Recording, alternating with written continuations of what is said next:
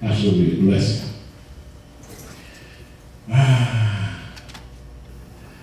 Ed Wing is my prayer partner. We've sat in his garage. He's got that zither out, and we've talked, and we've prayed, and we've prayed through that as well.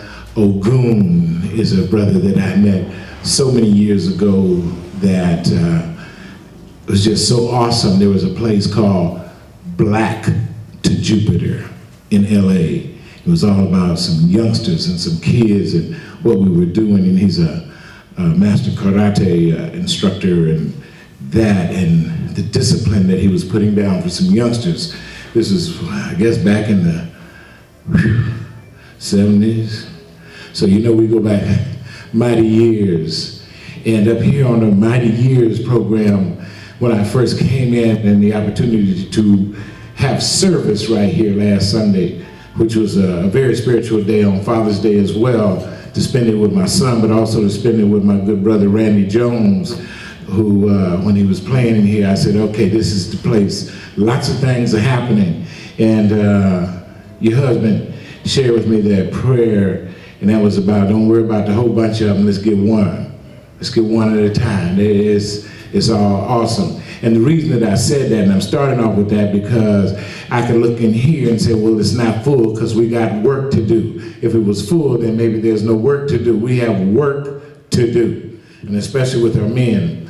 And the reason that I'm here is because I am a father, and my son had an absolutely wonderful experience. And the experience only becomes wonderful when God touches you and he says, everything else that I put there for you is for you to do what I need you to do. And I am so, so, so blessed that what he has is a part of something that I could be a part of, totally. I'm going to read one of his poems, and then I'm going to go ahead and introduce Kijana, because we're here about getting down to business.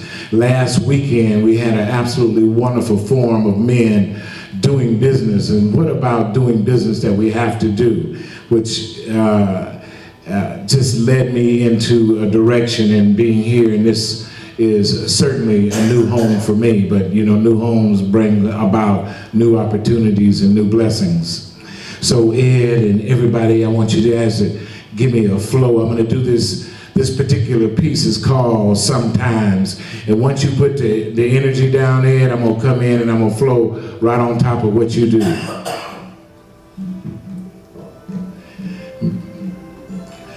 My reading is from Kijana Owens' book. It's called Expressions in Poetry. This piece is called Sometimes.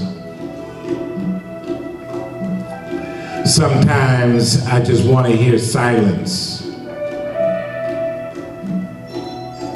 I want it to be so loud and clear, everyone will just stop and enjoy. Just be quiet and lend an ear.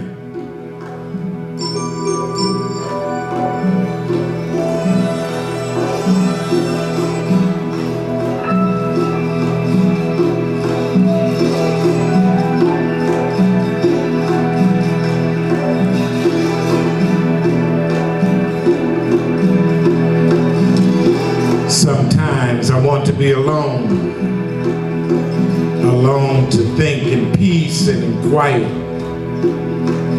The only sound,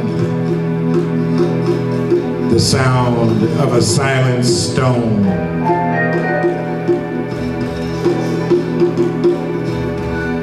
A peace so full of silence I wouldn't let anyone buy it.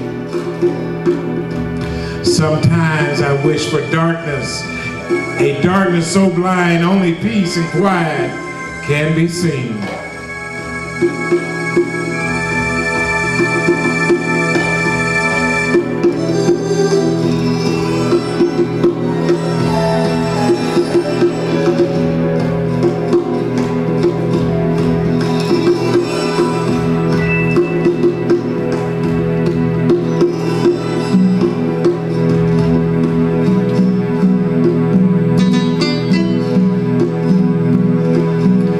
Simply enjoying a moment alone in silence and darkness. makes everything seems and feels so serene. Sometimes I just want to be quiet, quiet alone and in the dark. I don't care what anyone may think of me, as long as my peace hits the mark. By Ki-Jana Owens.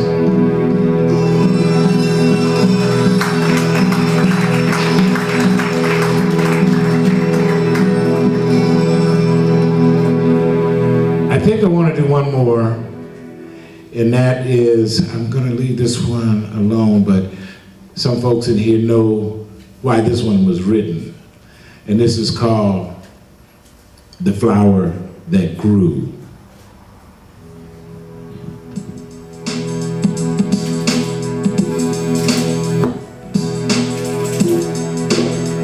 This is a wonderful book that Ki-Jana wrote, coming out, doing all what he had to do, then he come out and says, hey, I have to put it down. And I was listening to Pastor Harold the other day, and he said, well, you know, there's certain fears that are around. And you know, the fear of speaking is a lot stronger than the fear of death, almost. Isn't that amazing? Strong man, the flower that grew.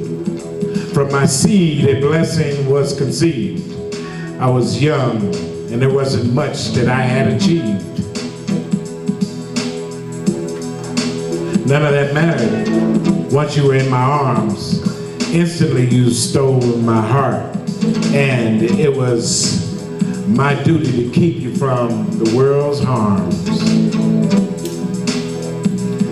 My baby girl, my tender baby flower, so precious, so sweet. I just sit and watch hour after hour.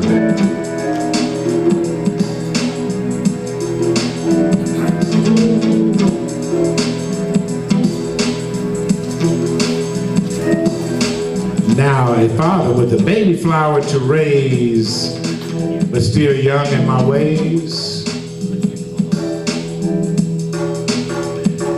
Wow, terrible decision.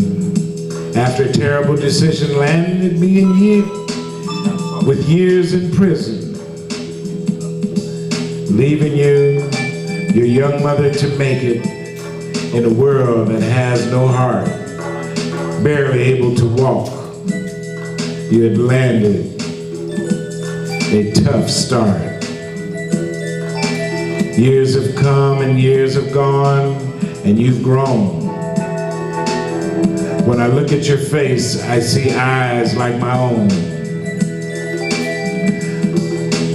Through the glass we touch fingertips, and notice you've got your mother's lips. Time stops for no one. That I already knew. Still, it's so amazing and amazing to see the flower that grew. My granddaughter is 20, but we got a brand new one and a brand new life with another granddaughter that's 1. I'd like you to put your hands together and bring up my son, Mr. Ki-Jana Owens, as he talks about the experiences that he's been through and what he's got to do. Brother Shaka Zulu.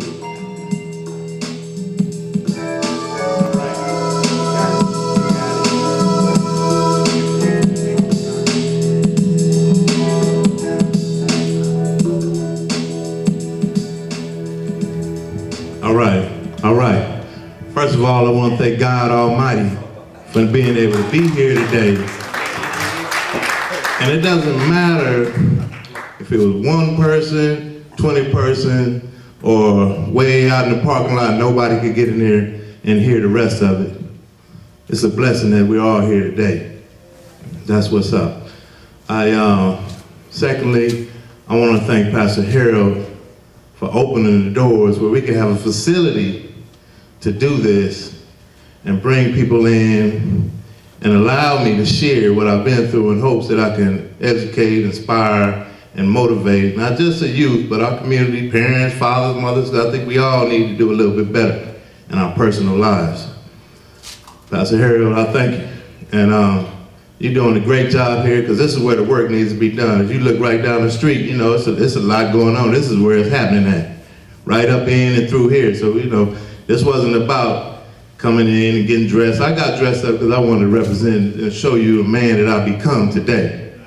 So I'm proud of that, and for being introduced by my father is a great honor, a great honor. You know, I want to tell you something, a little story about a man I knew.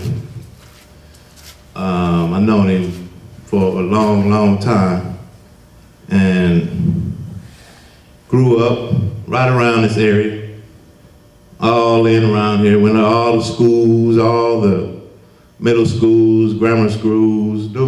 Everybody knows him. Good kid, good parents, good friends, good family, honored, you know, good student. You wouldn't hear anything about this kid that would be any negative. They would feel like, hey, this guy here, this kid, he's going places. He's going places. Field, Franklin, Wilson, if you know the community, you know these schools, graduate of John Muir, preseason All-American basketball, all the rest of that. And even a military veteran, United States Marine Corps. But he took a turn that, you know, shook a lot of people. It shook a lot of people.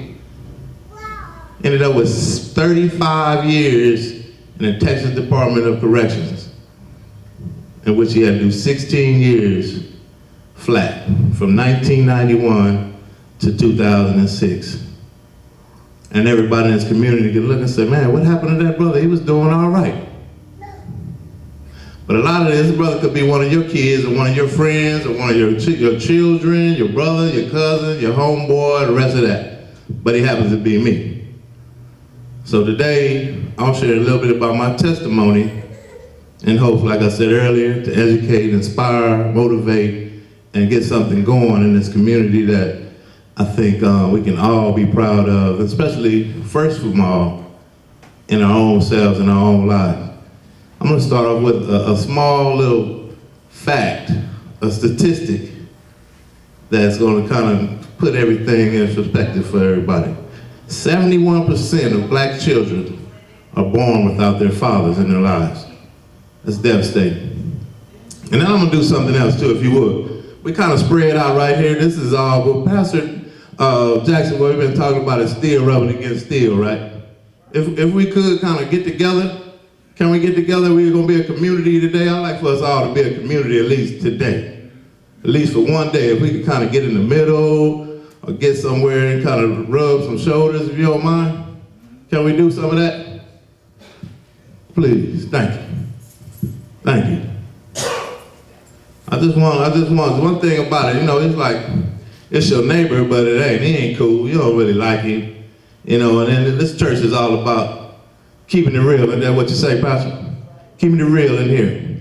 So, with 45% of black men graduating from high school, that's saying that 55% not graduating. That's devastating. That's devastating. That's like us in here, the few, and you know, you got a lot of things going on. It's Saturday, it's barbecues, it's everything else. Man, this brother's getting up here. What is he talking about? But here I am, sharing with you, and here you are receiving what I feel like is a great blessing to be able to rub shoulders with pastors, say, steel, rubbing steel, and the only way that you can get better is to rub with people trying to get better.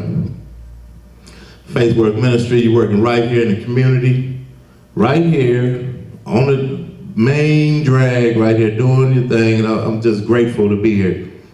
And I want to apologize to the community.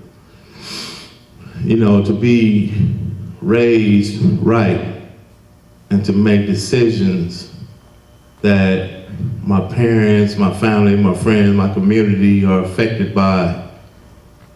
The poem I wrote, my daughter growing up without her father, And I want to be here and be able to be an example of a man that can take his life, grab control of it, and then also let